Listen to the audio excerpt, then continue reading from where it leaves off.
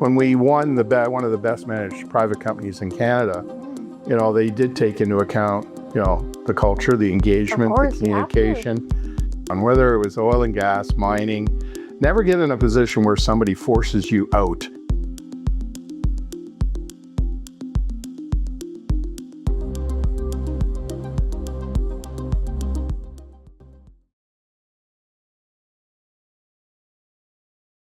Welcome to the Market Frontlines. I'm your host, Lyndsay Malchuk, and today we're right here in a very special spot in Vancouver for a special sit-down with one of the most respected names in Canadian business.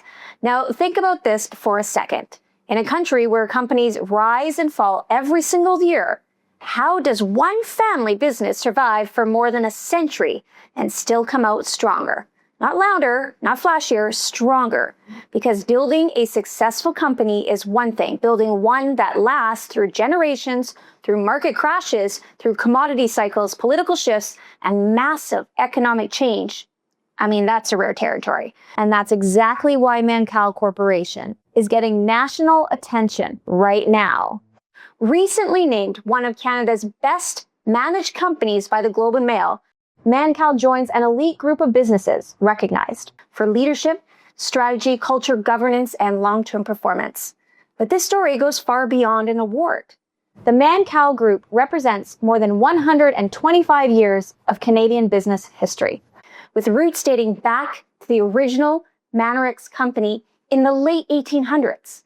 What started in construction and infrastructure evolved into a diversified powerhouse spanning energy, private capital, real estate, and natural resources.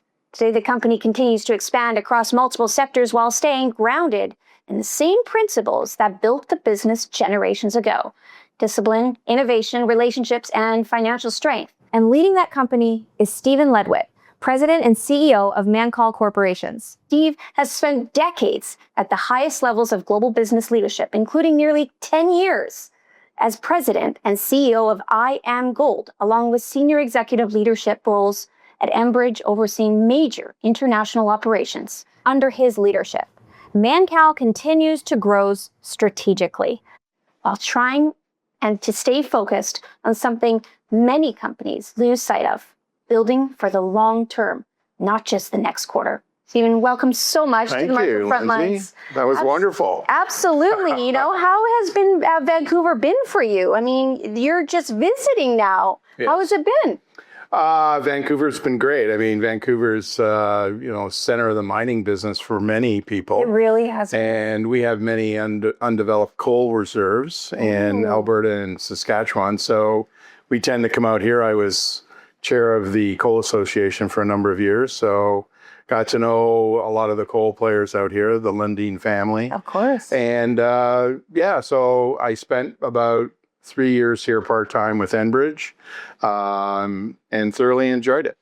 My goodness. And with a backdrop like this, I don't know if the audience can see this, but this backdrop is next level. I'll tell you that. Yes, it's beautiful. Now, I'm going to kick this off because I know we don't have a lot of time. Stephen, Canada's Best Managed isn't an award that you can market yourself into. Companies are evaluated on leadership, on execution, on culture, on governance, all of the things. What do you think Mancal does exceptionally well that actually separates them from the other companies in the running? Well, the Mannix culture is one where, and I've said this a number of times, Fred Mannix, who owns Mannix Calgary, that's what Mancal stands for, Mannix Calgary. When he split the bigger company into two in 1998 with his brother, Ron Mannix, who went off to form Coral Holdings, Fred Mannix could have very easily taken the money, put it in the market, and clip coupons. 100%. Yeah, but as a real Albertan and Canadian, he said, "Hey, I'm going to create jobs, and I'm going to create, to your words, long-term value, sustainability." And he actually structured the company like a public company. So we have a board of directors. We have 6 independent directors. We have 4 family directors. So I report to 10 directors, 60% of whom are independents. Oh my goodness. And they represent real estate. They represent oil and gas. They represent private equity. So a real combination. And our chair, Elizabeth Cannon, when we used to be president of the University of Calgary. And we won the lottery when we got Elizabeth. I'm not exaggerating. She is probably the best chair I've ever worked with. And she just brings a lot of value, a lot of balance. You know, family companies are, like any company, have their challenges. And she's been able to balance a lot of things between family and, you know, the company itself. So, you know, we're blessed with a great board, and we're blessed with a great chair, and we're blessed with a family who truly want to see Canada and Albertans thrive. And he does what he says he's going to do. He puts most of the money back into the company. My goodness. Yeah, so we have 81 people. And I really don't want to talk about values because it is private, but I'll tell you that it's had significant growth over the last 25 years. You can see that. And you made such a good point. He did exactly what a Canadian does. He puts it back in Canada. Yeah. And that's a key point on how these companies go generation to generation, because they understand where your roots are. Right. That's where you need to invest the most. The original founder, Frederick Stephen Mannix, left Ireland at 14 by himself, traveled across the Atlantic, settled in Western Canada, started his company at 17. 17 with nothing. Built it into a multi-billion-dollar company and, you know, never looked back. Oh my gosh. Yeah. So there's a whole bunch of learnings that Fred and the family carry from all of those experiences, and it is part of our culture. So when we won one of the best managed private companies in Canada, you know, they did take into account, you know, the culture, the engagement, the communication. And we're big believers in empowerment. And I just can't stand micromanaging. So we give people a lot of independence, and they've thrived. So it's good to see. It's so good. And you're giving them the runway to do what they do best. I believe so. Oh, you know, when you look back at the history of Mancal, I mean, you never chased hype or headlines, never. No. It's been very deliberate and it's been very measured, we're going to say. Has that discipline been one of the biggest reasons the company has lasted this long? I would agree with you. Unpack that. They stay out of the limelight. They stay out of the media. And because they don't think they have to. Well, here you sit, though. Yeah. Well, that's true. This is a huge award, and you really need to take some space to just give yourself a pat on the back here and step into the highlight a little bit and say, yeah, we do deserve this. Because they were quite touched by it. And so they don't mind me having these kind of talks. Love that. They were quite proud. And their son, Julian Mannix, who works with me, he accepted the award on behalf of the family. Just an outstanding young guy. And the family is just first class, world class people. They're all super performers. Each and every one of the fourth generation has their own sort of gig, if you will, and they're doing extremely well. So it's good to see. You know, when I was learning and reading more about Mancal, your story is very strong in how diversified it became over time. From construction roots and energy, private capital, as real estate resources even. How important has diversification been in protecting and growing the company over the generations? Well, it's been everything. And you know, when things were tough, you know, the Mannixes took equity positions in some of the companies they did work for. Okay. And I don't know if you knew Bob Dingler at all from Dynatech. He passed away about a year ago. Yep.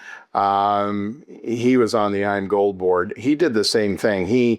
When people got really tight in some of their projects and couldn't pay, they gave him equity. Well, the Fred Mannix sort of era, they took positions in coal companies. They took positions in oil and gas companies. They built the Pembina pipeline, and they took a position in the Pembina pipeline. They took a position and created Pembina Oil and Gas. They took a position in the real estate businesses that they worked in. So diversification came with really the work they did in the equity positions that they took at that time to help build. And it was skin in the game. And as they grew, and they were able to monetize, they were able to triple, quadruple the value of the company. Absolutely. You know, I always say this saying is you have to Madonna. And Madonna is like one of the only artists I know of who's just diversified throughout the decades she's been in the spotlight. So it's great to see that the company saw sort of what was coming down the pipeline and said, okay, let's pivot a little bit here. Let's see how this goes, and really believed in themselves. Yeah. And that's a big thing. In diversification, you raise a really good point, Lyndsay, is it creates reinvention. And I'm just a huge believer in reinventing. And, you know, whether it's a marriage, whether it's a friendship, whether it's a business, I'm of the belief that if you don't reinvent, you kind of stagnate. And things tend to die, unfortunately. Well, the world evolves whether you like it or not. And so the Mannixes have been magicians around reinvention. They just have reinvented themselves, I don't know how many times. And they've done it with great success. 125 years. 125 years of great success. Yeah, exactly.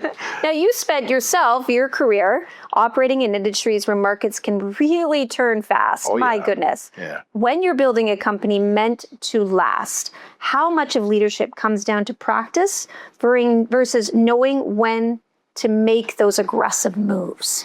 Well, you know, I learned at a young age, because I was raised on the farm, always protect the foundation, right? And make sure that you're never putting the family, the company at risk. And that's why balance sheet management at the family is everything. So we never get in a position where we're forced to leave the table. And it's just something that I've always insisted on, whether it was oil and gas, mining. Never get in a position where somebody forces you out. That's great advice. And we do that at Mancal, and we're extremely good. We have a great team. Dave Whalen, who's our CFO, who's retiring, he's just been superb at making sure that happens. And the other thing that we really make sure, and it's from a saying I got from running a trucking company in Louisiana when I was with Enbridge, it's let's make sure all the alligators are on the table.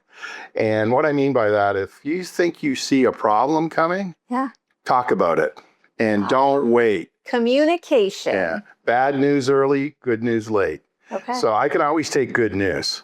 But if you hold on to bad news too long and think you're going to solve it yourself and don't share it, it can result in some pretty big challenges. So we really push that in the company. Like, don't be afraid to put that alligator on the table so we can all look at it. We can all figure out how we can solve it. And I think that's the key thing. It's just transparency. Yes. Just let it be transparent. If you were to actually look at some of the companies, I mean, we're in a very awesome bull market right now, whether that's at the 5-year, whether it's at the 3-year, whether we have another 7 years to go with the bull market. There are companies that are riding that wave like there's no tomorrow. But who knows how long they're going to last when it starts tipping back down. Right. If there was a piece of advice that you could give a management team right now that's running that bull market, what would it be? It'd be right around the fact that you want to make sure that foundation is protected. Like with the family, distributions are critical. Making sure you have enough dry powder to take advantage of opportunities. So don't put yourself in a position where you're over leveraged. You know, I worked for Jack Gallagher at Dome Petroleum before you were born. And I watched him lose Dome Petroleum to the banks. And because he fell in love with, it was a saying that my dad had, don't drink too much of your own whiskey. And, you know, Jack fell in love with his equity. And I always say to our guys, don't fall in love with the market, because the market can change. And if you're over leveraged, it'll kill you. Right. So we are very careful about leverage. We use leverage, but not to the extent where if something turns bad, we're forced to leave the table. Fair enough. Well, Stephen, this has been such a great conversation. Congratulations again. I'm sure this is just one of many, and we're going to be watching for sure. Well, thank you for that, and thank you for taking the time with me. Absolutely. It's good to meet you. Yeah, absolutely. We'll talk to you soon. Okay.